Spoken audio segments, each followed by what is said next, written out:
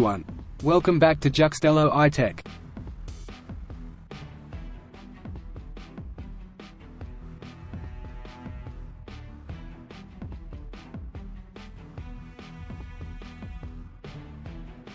Today, we have some crucial information to share with you regarding the recently released performance statistics of the 2023 Ghana Teacher Licensure Examination, GTLE, 2 and 3. So, if you're a prospective teacher or someone interested in the education sector, this video is for you. Don't forget to hit that subscribe button and ring the notification bell so you never miss out on important updates like this. Now, let's dive into the numbers. The National Teaching Council, NTC, unveiled the performance statistics on Thursday, December 21, 2023.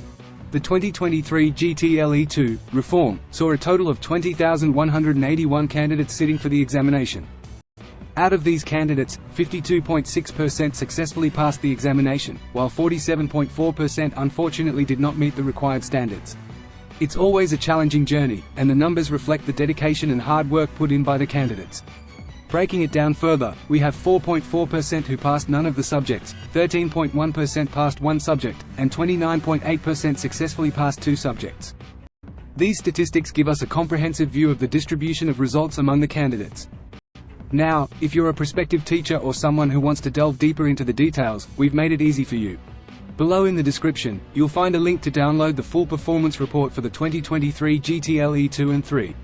It's always beneficial to analyze the data and understand the trends in order to prepare effectively for future examinations. Kindly check the video description to download.